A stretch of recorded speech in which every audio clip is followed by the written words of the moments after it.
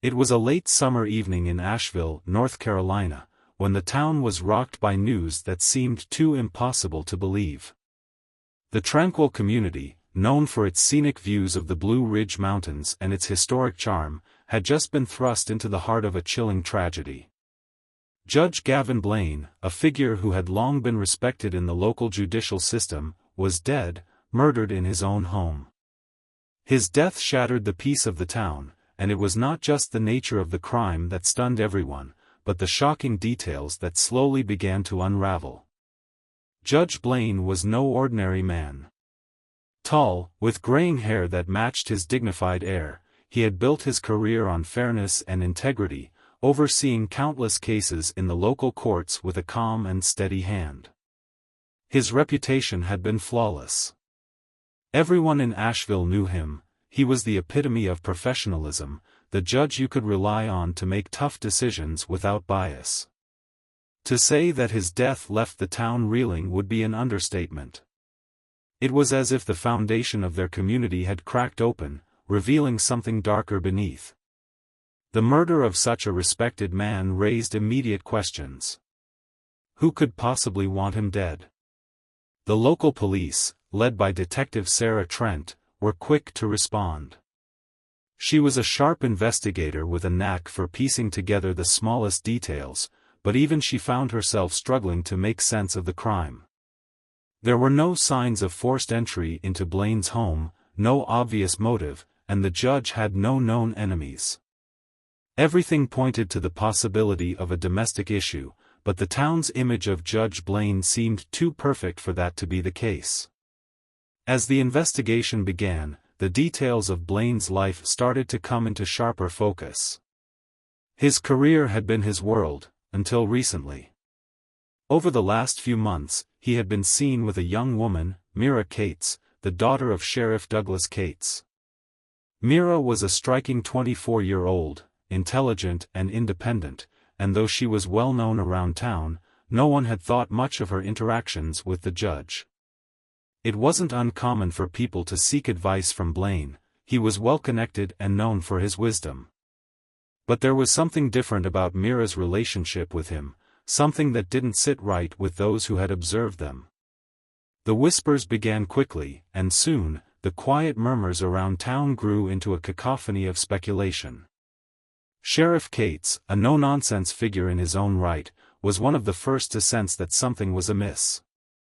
Though he and Blaine had worked together on various cases in the past, Cates noticed a subtle shift in his daughter's behavior. Mira had always been close to her father, but in the last few months, she had become more distant, secretive even. Sheriff Cates, with his keen instincts honed from years of experience, couldn't shake the feeling that Blaine had somehow become more than just an acquaintance to his daughter. There was an air of discomfort about the situation, a tension that Cates could not ignore. As the investigation unfolded, it was clear that Judge Blaine's murder was far more than a random act of violence. Something deeper was at play. But the question remained, what exactly had driven someone to kill a man of such stature, someone who seemed to have no apparent enemies? The answer would come, but not in the way anyone could have predicted. The more Detective Trent dug into the case, the more she uncovered about the relationship between Blaine and Mira. The judge's seemingly flawless life began to unravel in front of her eyes, revealing a tale of obsession and possessiveness that no one could have anticipated. It wasn't just that Judge Blaine was dead, his death was the tragic culmination of a destructive affair, one that had been hidden from view until it was too late. As Sarah Trent continued to examine the evidence and the subtle clues left behind in the wake of the judge's death, she found herself asking more questions than ever before. What was the true nature of the relationship between Mira and Blaine? How had a respected public figure like Blaine been drawn into something so dark, so consuming, that it led to murder? And most chilling of all, who else would be dragged into the chaos before the truth was finally revealed? As the sun set over the picturesque hills of Asheville, the town was gripped by the same chilling thought: the death of Judge Blaine was just the beginning of a far more disturbing story. The truth, they would soon learn, would be far more devastating than anyone could have imagined. It all started with a simple chance meeting at a charity event, a gathering of Asheville's upper crust, where influential figures mingled, their names whispered with respect in the corridors of power. The event was held in a grand, historical venue, with walls draped in velvet and chandeliers casting a soft glow over the room. Judge Gavin Blaine was an unspoken star of the evening, his presence a quiet assurance of the justice that was firmly in place in Asheville. His divorce was still fresh, though, and as he stood at the edge of the ballroom, watching couples talk and laugh, something gnawed at him. The life he had built, a successful career, a family that had once been close-knit, was now in ruins. The isolation he felt in that moment was palpable. That was when he saw her. Mira Cates, Sheriff Douglas Cates's daughter, was an enigma in her own right. At just 24, she was known in Asheville for her beauty, her intelligence, and the way she seemed to slip through the cracks of public expectations. She wasn't just the sheriff's daughter, she was her own person. That night, she was standing near the bar, chatting with friends. Her long dark hair cascaded around her shoulders, and her laughter seemed to carry across the room. She was young, but there was something about her that commanded attention, a quiet confidence, an awareness of the world that made her stand out from the crowd. As she noticed the judge watching her, there was a brief moment of eye contact. It wasn't lingering, but it was enough to spark a connection that neither of them fully understood at the time. Mira was captivated by the judge's poise, the way he held himself even in the midst of the event's social whirlwind. Blaine, for his part, was intrigued by Mira's youthful energy and beauty, which seemed to contrast so sharply with his own age and experience. It was an unspoken attraction, one that would quietly evolve into something much darker. The two spoke briefly that evening. Mira was charming, easy to talk to, and Blaine found himself drawn to her in ways he hadn't expected. He was a man used to control, used to commanding respect in courtrooms, but in Mira's presence, he felt an unfamiliar stir, something closer to vulnerability, a longing that was both unsettling and intoxicating. Mira, meanwhile, felt a mix of admiration and curiosity. She had always been independent, but there was something magnetic about Blaine's authority, his presence. He wasn't like other men she had known. He had power, influence, and the kind of worldliness that seemed to promise an escape from the small-town confines of Asheville. Their conversations began to increase in frequency after the event. At first, it was harmless, casual chats over coffee or drinks at local cafes. Mira, still young and navigating the complexities of her own identity, found herself seeking out Blaine's company. The judge, for his part, found in her someone who could offer him companionship without the burdens of his former life. Their relationship, at this point, seemed innocent enough. But it wasn't long before Blaine's interest became more intense. He began to shower her with gifts, expensive jewelry, rare books, weekend getaways to luxurious places that only someone with his standing could afford.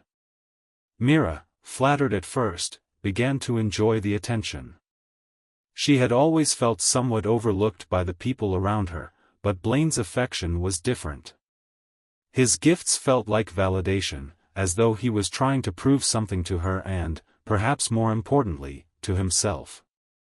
But there was something unsettling in the way Blaine's affection grew. At first, it was subtle, a long phone call here, a lingering look there. Soon, it became possessiveness. Blaine's desire to keep Mira close escalated, and she began to feel the weight of his expectations. She was no longer just a casual acquaintance in his life, she had become the object of his obsession. Mira tried to keep her distance at times, particularly when she realized how controlling Blaine had become. He would insist on meeting her at certain times, question her whereabouts when they weren't together, and even go so far as to check in on her during her workday. His calls and messages grew more frequent, and she could feel the pressure building with each passing day. Yet, despite her growing discomfort, there was an undeniable pull that kept her tethered to him. Blaine, after all, was a judge, a man of power, a man who could offer her opportunities and experiences she had never dreamed of. But Mira's life wasn't just about Blaine. She had her own friends, her own pursuits, and perhaps most importantly, her own budding relationship with Eli Turner, a young artist who had recently moved to Asheville. Eli was the complete opposite of Blaine, free-spirited, unburdened by the weight of status or social expectation. Their connection had been instant, a natural bond that had grown from casual flirtation into something deeper. For Mira, Eli represented a life she could never have with Blaine, one where she could be herself, unrestrained and unjudged. However, it wasn't long before Blaine became aware of Mira's relationship with Eli. The jealousy that began to brew within him was palpable, and it only fed into the obsessive tendencies that were slowly suffocating him. He watched from afar, noticing the way Mira would laugh with Eli, the way she would look at him. It ate at him, and he couldn't stand it. Mira was supposed to be his. She belonged to him. Anyone who threatened that bond had to be removed. One evening, Blaine confronted Mira after seeing her with Eli at a local art gallery. The gallery, with its exposed brick walls and soft lighting, had always been a place where Mira felt most at home. It was a space of creativity, a space where she could escape the pressure of her relationship with Blaine. But that night, it became the stage for a confrontation that would change everything. Blaine's jealousy spilled over as he approached her, his words cutting through the calm atmosphere of the gallery like a knife. His voice was low, but there was a tremor of rage beneath the surface. "You don't need him, Mira," he told her, his eyes cold. "I can give you everything you need. He can't offer you what I can."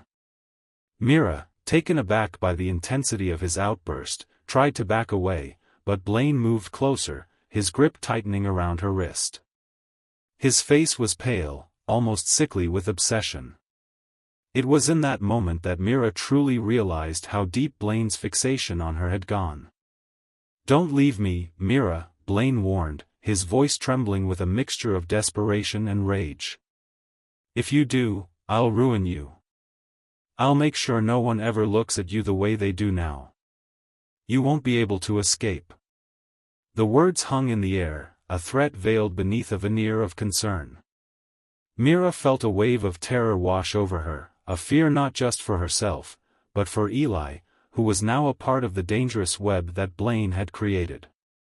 She tried to pull away, but Blaine's grip was unyielding. And so, what had started as an innocent affair, the kind of romance that many could dream of, had slowly twisted into a nightmare. Blaine's obsession was no longer a secret.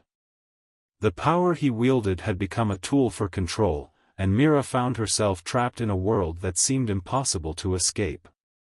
The delicate balance of her life, once filled with dreams and love, was beginning to crumble.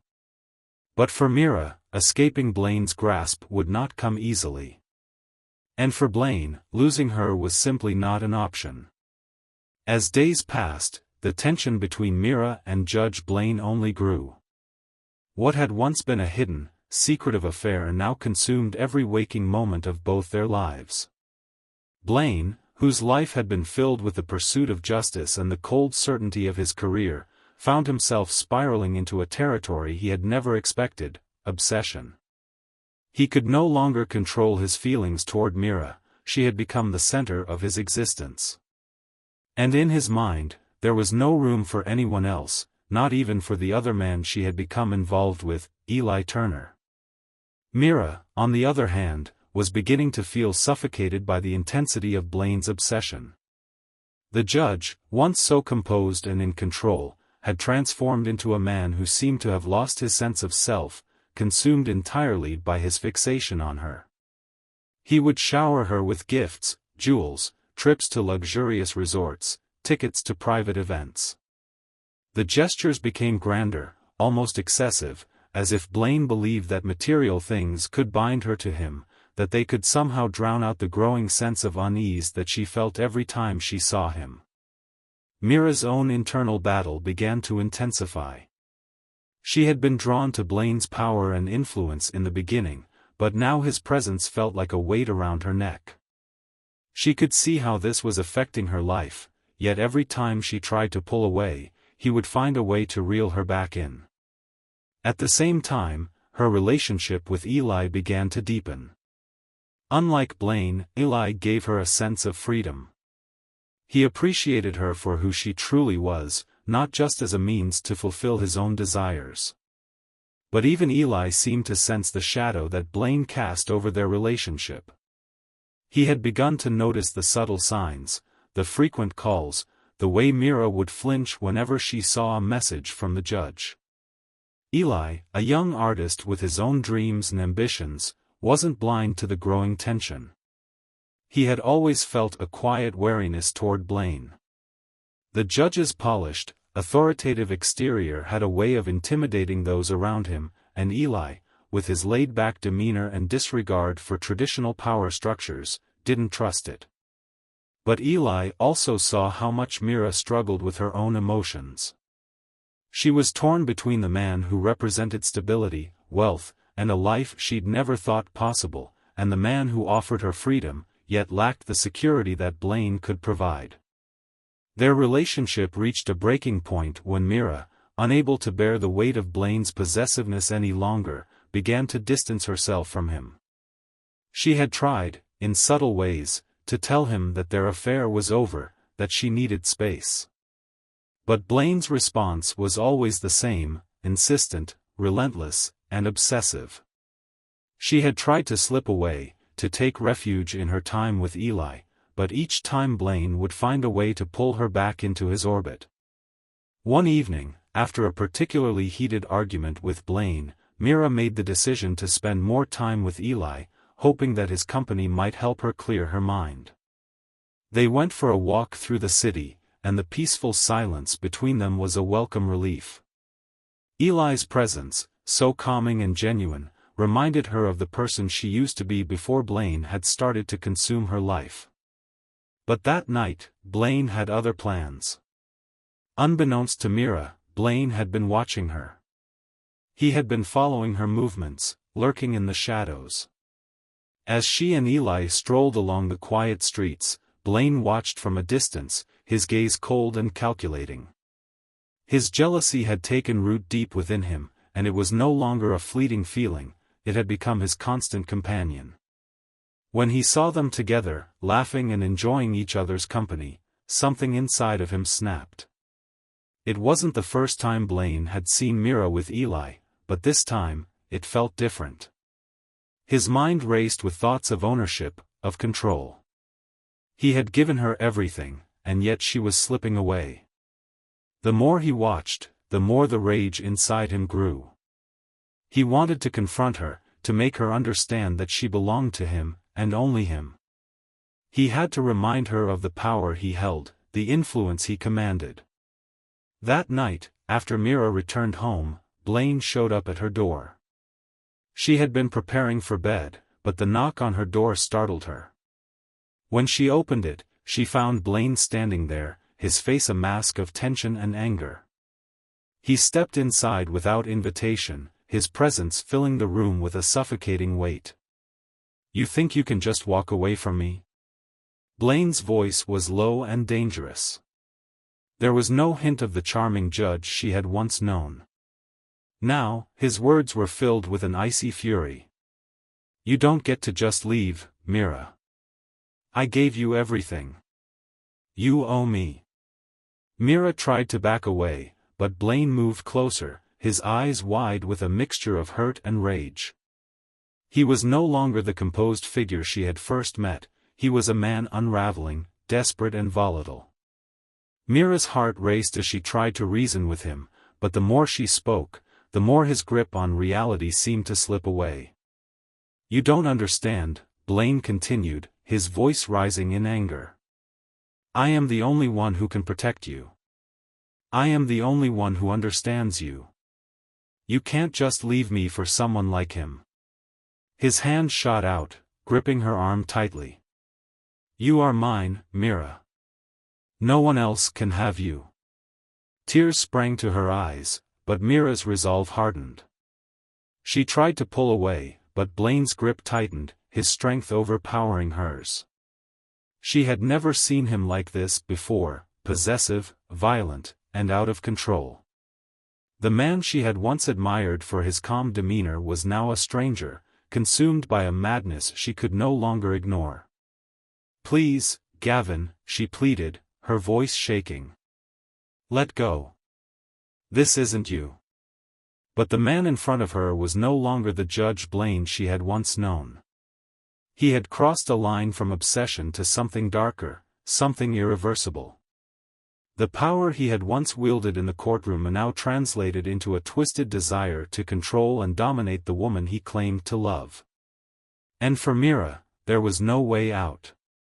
As Mira struggled to extricate herself from the suffocating grip of Judge Gavin Blaine's obsession, the entire situation had begun to unravel in ways that none of them could have foreseen. For Sheriff Douglas Cates, the growing tension between his daughter and the judge was impossible to ignore. Cates, a man who had spent years keeping the peace in Asheville with a steady hand, had always prided himself on his ability to notice when something was wrong. But nothing had prepared him for the subtle, yet undeniable shift in his daughter's behavior. Mira, once a carefree young woman who had always been open with her father, had grown increasingly distant over the past several months. It was a change that didn't go unnoticed by Cates, who had always been a protective father. She was less willing to spend time with him, her answers to his questions became evasive, and he noticed the shadows under her eyes, the telltale signs of sleepless nights and a troubled mind. At first, Cates assumed it was just the normal stress of her life, maybe work, or the pressures of being the daughter of the town sheriff. But soon, he began to see a deeper issue at play. What finally tipped him off was when he overheard a conversation between Mira and one of her friends. They were at the family home, in the kitchen, talking in hushed tones. He wasn't trying to eavesdrop, but the words were impossible to ignore. Dad has been acting weird lately, Mira said, her voice laced with anxiety. He's been checking up on me more. I can't stand it. Her friend's voice was barely a whisper. It's because of Blaine, isn't it? The mention of Blaine's name made Cates' blood run cold. He had suspected something, but he hadn't been able to connect the dots until that moment. Blaine. His daughter was involved with Judge Gavin Blaine. The man who held so much power in their community, a man whose decisions could shape the lives of everyone in Asheville, was now at the center of a personal scandal. A judge, someone who should have been above reproach, was allegedly involved with his own daughter. Cates wasn't naive, he knew how men like Blaine operated. He had dealt with countless suspects, many of them skilled at hiding their true nature. Blaine's reputation was flawless in public, but Cates knew that power often came with a dark side, something people didn't always see. And as a father, the thought of Blaine using his influence to manipulate and control Mira made Cates' stomach turn. The next few days were filled with an eerie silence in the Cates household. Mira became more withdrawn, avoiding her father as much as possible. It was as if she were trying to escape the very thing she had become trapped in. Cates had always respected his daughter's independence, but this new behavior, this secretiveness, felt like a betrayal. The realization hit him hard: his daughter, the one he had always protected, had gotten herself entangled in something dangerous, something that could ruin her. Driven by a mixture of anger and fear for his daughter's safety, Sheriff Cates began his own quiet investigation into Judge Blaine's activities. He started by looking into the judge's personal life, his whereabouts, his movements, anything that could offer a clue about what was really going on behind closed doors. He knew the connections that Blaine had, the people who would cover for him, but Cates wasn't willing to let the judge's reputation shield him from the truth. The first real clue came when Kate's discovered that Blaine had been showing up at places Mira frequented, cafes, art galleries, even the small park where Mira liked to take walks when she needed time alone. He began tracking the judge's movements, paying attention to the times when Blaine would disappear from his usual haunts, and sure enough, a pattern began to emerge. It wasn't just the places Blaine visited that raised Kate's suspicions, it was the frequency of his visits. There were too many coincidences for Kate's to ignore. Blaine was always there, always lurking just out of sight. He began to question if this was simply a matter of a troubled man trying to find companionship, or if there was something far more sinister happening behind closed doors. Kate's investigation took him into murkier waters as he discovered more about the judge's behavior. Blaine had been spending considerable time at Mira's apartment, often late into the night. Though no one had seen the two together, the evidence was mounting. Kate's unease grew with each passing day. The more he uncovered, the more he came to understand that Blaine's involvement with his daughter was not just an affair, it was an obsession. The turning point came when Kate's, on one of his routine patrols, noticed a car parked near the outskirts of town, a few miles from where Mira worked. The car was parked at a secluded spot, one of the few places in Asheville where people rarely ventured. Kate's approached it carefully, his instincts on high alert. When he peered inside, he found something that confirmed his worst fears. The car was registered to Blaine. This discovery shook Kate's to his core. It wasn't just that Blaine had been following his daughter, he was stalking her, watching her from the shadows, controlling her movements without her knowledge. This wasn't the behavior of a man who simply had feelings for Mira. This was the behavior of a man who believed he had the right to possess her, to bend her will to his own. The more Kate's dug into Blaine's life, the clearer it became, Mira was not the only one at risk. Blaine had become dangerously fixated, and there was no telling how far his obsession would take him. Kate's knew he had to act fast. His next step was to confront his daughter, to finally have the conversation he had been avoiding. He couldn't sit back and wait for things to escalate any further. That evening, he sat Mira down in the living room, his face etched with concern. "I know about Blaine," he said, his voice calm but heavy with authority. Mira froze, her eyes wide with shock. "I know what's been going on between you two." The silence that followed was thick with tension. Mira tried to speak, but the words wouldn't come. She could see the pain in her father's eyes, the hurt that came from his realization that his only daughter was involved with a man who had now taken a dangerous turn. "Mira," Kate's continued, his voice softer now. "I'm trying to protect you. This isn't healthy. You need to get away from him before it's too late." But Mira, her eyes filled with a mix of guilt and confusion, didn't know how to respond. She felt trapped between the two men in her life, one, her father, who wanted to protect her from the consequences of her choices, and the other, Blaine, who had gradually twisted himself into her reality until she could no longer separate love from obsession. Kate's took a deep breath, his mind racing. The realization was dawning on him that Mira was not just involved in a dangerous affair. She had become entangled in something far darker. And now, with the truth laid bare before him, the question was no longer about suspicion, it was about survival. How far would Blaine go to keep her? What would he do to protect his twisted hold over her? And could Kate's do enough to stop him before it was too late?